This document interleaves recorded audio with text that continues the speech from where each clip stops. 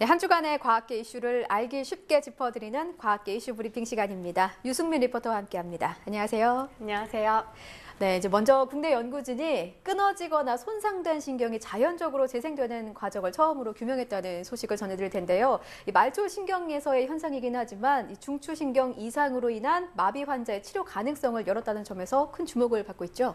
네, 그렇습니다. 슈퍼맨으로 유명한 배우죠. 이 크리스토퍼 리브는 낙마로 인한 중추신경 손상으로 전신이 마비돼 결국 회복하지 못한 채 사망했습니다. 장애인의 희망으로 불리는 서울대 이상묵 교수는 미국에서 당한 교통사고로 신경을 다쳐 몸을 제대로 쓸 수 없지만 의욕적으로 교육에 임하고 있습니다.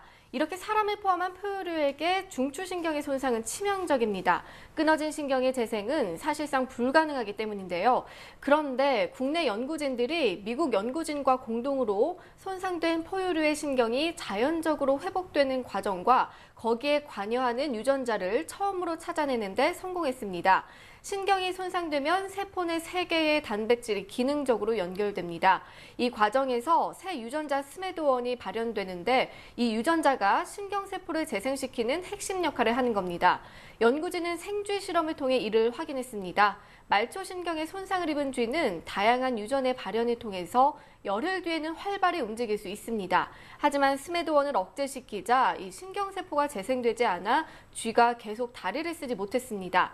카이스트 뇌과학연구소 허은미 박사는 재생 과정에서 어떤 단백질들이 조절이 되고 또 어떤 유전자들이 조절되는지 이해하고자 했고 그 과정에서 중요한 역할을 하는 단백질과 유전자를 찾았다고 밝혔습니다. 이번 연구가 아직은 동물 실험과 말초신경에서만 신경세포의 재생이 확인된 상태라는 한계가 있습니다. 그렇지만 신경세포의 근본적인 원리는 같기 때문에 이번 연구는 중추신경에 손상을 입은 마비 환자도 치료될 수 있다는 희망을 연 것으로 평가받고 있습니다. 네, 그렇군요. 자, 다음 소식은요. 특허 하나를 좀 받으려면 준비사항이 너무나 많고 과정도 복잡해서 쉽게 엄두가 나지 않습니다. 앞으로는 간단한 아이디어 설명만으로도 특허를 받을 수 있게 됐다는 소식인데요. 전해주시죠. 네, 그동안은 좋은 아이디어를 가지고도 특허를 받지 못하는 경우가 있었습니다. 네. 출원 과정이 복잡하고 시간과 비용이 많이 들기 때문입니다. 형식도 맞아야 해서 많은 돈을 들여 변리사를 통할 수밖에 없었는데요. 하지만 앞으로는 누구나 쉽게 특허를 낼 수 있도록 제도 자체가 바뀝니다. 2015년부터 간단한 아이디어 설명 자료만 제출해도 우선 특허를 내주도록 한 겁니다. 특허 분쟁이 발생했을 때 승리할 수 있는 요인인 출원 시기가 그만큼 빨라질 수 있게 하기 위해서입니다. 김영민 특허청장은 연구노트나 논문 등 아이디어 설명 자료만으로 신속하게 특허 출원을 부여하고 또 초기 아이디어에 대한 개선 아이디어를 1년 내에 국내 우선권 제도를 활용하여 추가로 제출할 수 있다고 밝혔습니다. 또 스마트폰 앱이나 모바일 게임처럼 온라인 유통 컴퓨터 프로그램도 저작권이 아닌 특허로 보호됩니다.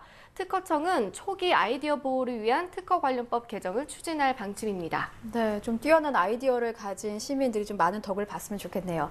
네, 자, 우리 기술로 개발된 최첨단 무인 비행기가 처음으로 공개가 됐습니다. 재난 지역의 피해 상황부터 파악부터 그 개인용 항공기까지 다양한 분야에 활용될 전망이라고 하죠. 네, 킨텍스 열린 항공우주 전시회에서 여러 종류의 무인기가 선보였습니다.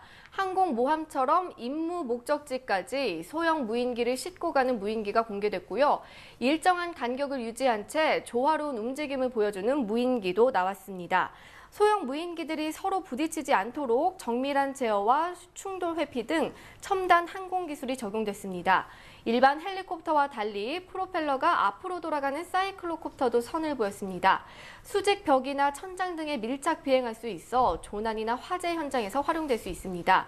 항우연 김승조 원장은 무인기 기술이 미래 3차원 이동이 가능한 개인용 비행기 기술에 적용될 거라고 밝혔습니다. 네, 말씀하신 것처럼 항공 기술도 빠르게 발전하고 있지만요. 로봇 기술도 빠른 속도로 발전하고 있습니다. 의료 분야에서의 활용도가 크게 높아지고 있다고 하는데요. 특히 앞으로 5년 안에 국내 의료용 로봇 기술이 세계 시장을 이끌 수 있다는 전망도 나왔는데 자세한 소식 좀 들어볼까요? 네, 순수 우리 기술로 완성하거나 개발 중인 세계 최고 수준의 의료용 로봇들이 나오고 있습니다. 의사가 로봇에 달린 센서를 이용해 부러진 뼈를 정교하게 맞춰내는 의료용 로봇이 있는데요. 이 원격 조정도 가능해 가장 어렵다는 특수 골절 수술에 특히 유용합니다. 이 현미경으로나 보이는 1마이크로미터 크기의 초소형 나노로봇도 개발됐습니다. 혈관과 세포 내에서의 추진력은 이 박테리아에서 얻습니다. 암세포를 찾아가도록 만든 박테리아의 로봇을 붙이면 암세포에 도달한 로봇이 안에 내장한 약물을 내뿜는 방식인데요. 마치 정교한 유도탄처럼 항암제를 정확하게 암세포에만 보낼 수 있는 기술입니다. 박종호 전남대 로봇연구소장은 의료 분야 중에서 마이크로 나노로봇은 우리가 자신하는 분야이고 또 특히 혈관 마이크로 나노로봇은 우리나라가 유일하며 세계 시장을 주도하고 있다고 밝혔습니다. 이러한 의료용 로봇 시장은 시장이 넓고 부가가치가 커 미래 산업으로 꼽히고 있습니다. 상용화된 청소 로봇 한 대를 수출하는 것보다 이 수술 로봇 한 대를 팔면 무려 10,000배 이상의 수익을 얻을 수 있기 때문입니다. 전문가들은 지금의 기술력이라면 앞으로 5년 안에 우리 의료용 첨단 로봇이 세계 시장을 석권할 수 있을 것으로 기대하고 있습니다. 네, 그렇군요. 유승민 리포터와 함께 한 주간의 과학계 이슈 짚어봤습니다. 오늘 말씀 고맙습니다. 감사합니다.